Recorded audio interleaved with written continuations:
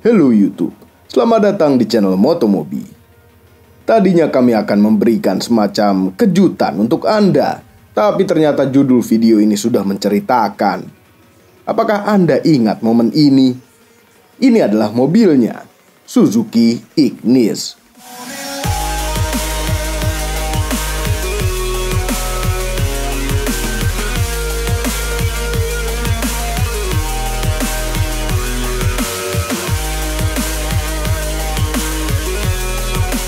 Kami suka melihat mobil ini dari sejak pertama melihat di Gias 2016. Penampilannya lain daripada yang lain, terutama kalau dilihat dari samping.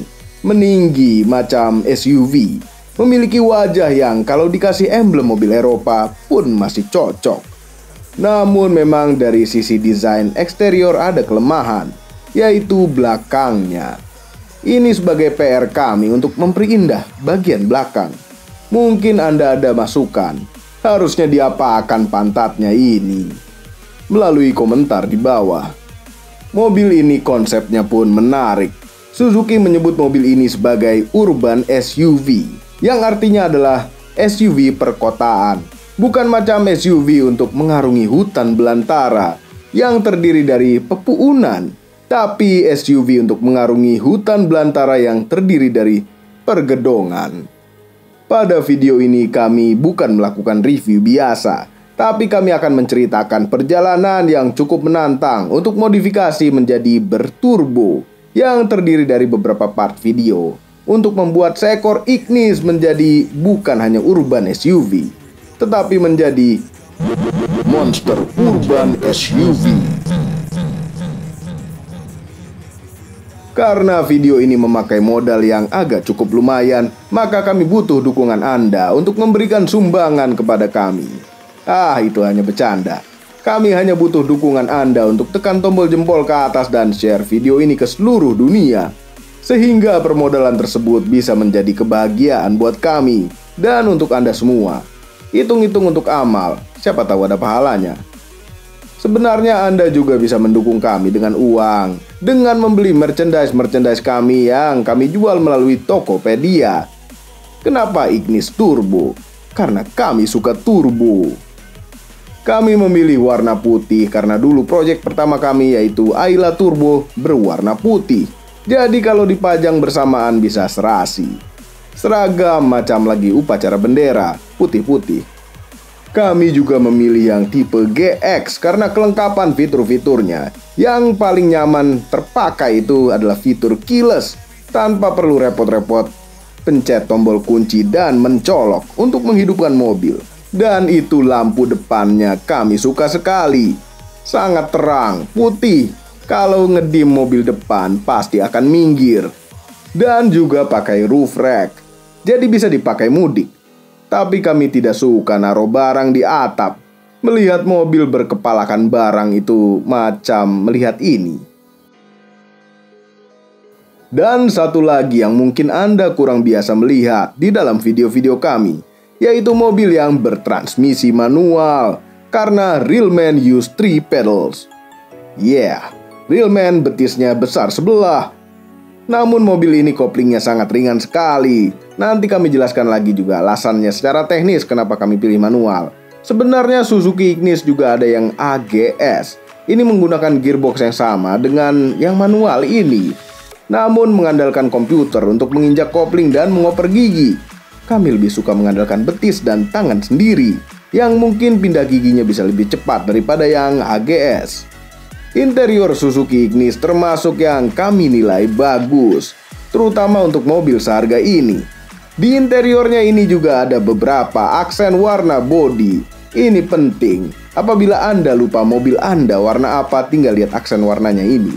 Tombol-tombol pengatur AC-nya juga unik, macam botol minum yang ditidurin dan dipasang tombol-tombol yang membuat jadi berkesan mahal. Dan ini digital. Kemudian instrumen klasternya cukup mudah dibaca dan ada multi-information display yang isinya sangat standar. Mengontrolnya bisa dari tombol ini di dashboard atau di setir menggunakan jempol kiri.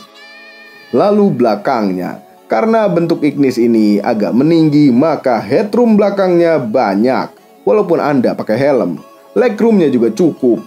Karena memang wheelbase mobil ini agak pendek. Sejujurnya lumayan lega untuk mobil sekelas ini. Bagasinya pun cukup lega, namun kalau dilipat tidak rata. Karena memang bagasinya cukup dalam, seperti wadah, yang membuat barang tidak tumpah kalau sedang dicek bagasinya oleh security mall atau hotel pada posisi tanjakan. Nyetir mobil ini terasa agak beda, karena yang konsepnya tadi macam SUV, tidak bisa dibilang tinggi, dan tidak bisa juga dibilang rendah. Intinya ini terasa agak beda. Tidak seperti nyetir mobil kecil dan tidak seperti nyetir mobil besar. Setirnya kami tidak suka, tidak terasa direct. Hubungan setir dengan ban macam dihubungkan dengan kabel, agak kaku, tidak balik sendiri. Ini membuat capek tangan Anda yang terus bekerja memutar setir sampai mengembalikan ke posisi lurus. Untung saja setirnya enteng, jadi itu tidak masalah. Suspensinya memang keras, namun menurut kami keras ini dibutuhkan untuk mobil sekecil ini dan punya atap setinggi ini. Body roll mobil ini tidak macam mobil sport, namun suspensi yang keras tadi membuat kami suka dengan standar body rollnya. Lumayan minim, dan kemungkinan kami akan perkeras lagi agar lebih stabil lagi. Kemudian remnya, karena ini bertransmisi manual, kerjanya jauh lebih ringan daripada yang otomatis. Ya, kami memang belum merasakan yang namanya transmisi AGS, tapi mungkin mirip-mirip. Nanti kalau sudah berturbo, kami ingin lihat seberapa kuat rem ini menghentikan mesin turbo.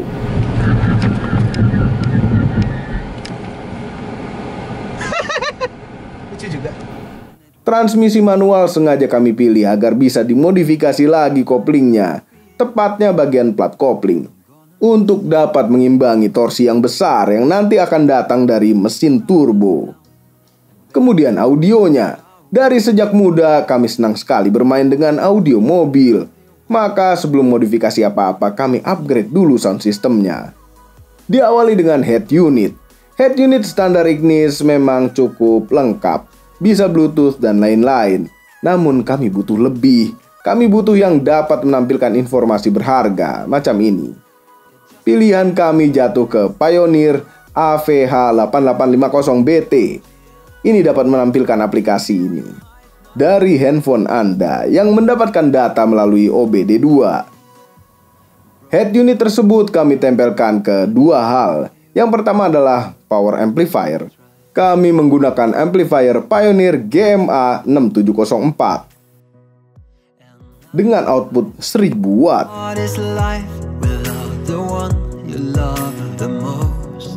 Yang kedua adalah subwoofer aktif. Nah, ini tidak main-main subwoofernya.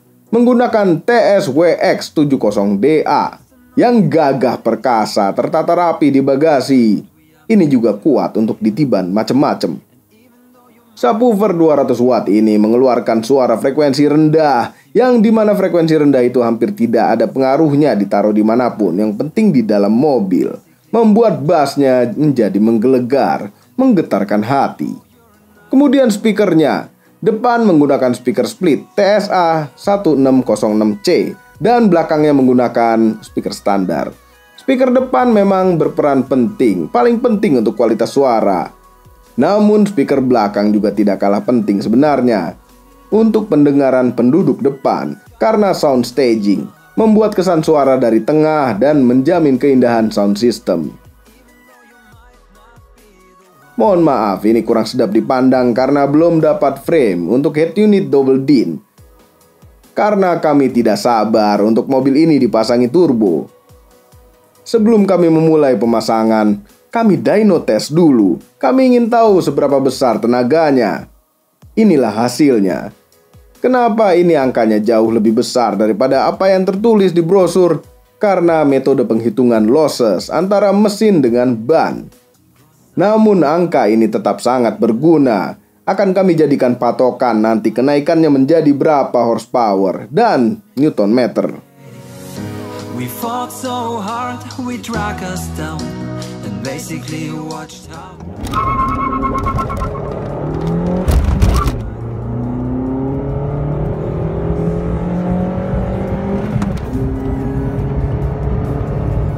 Video ini akan bersambung ke part kedua.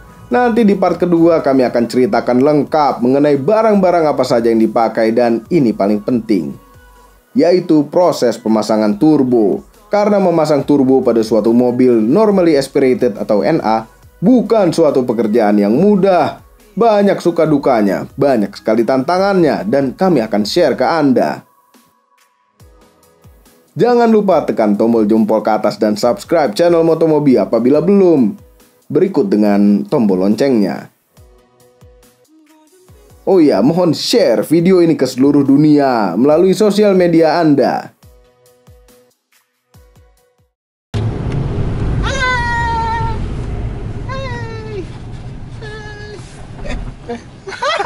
Lupa manual, lupa. Gimana bisa lupa ini manual? Nggak nginjek kopling. Ya mati lah mobilnya.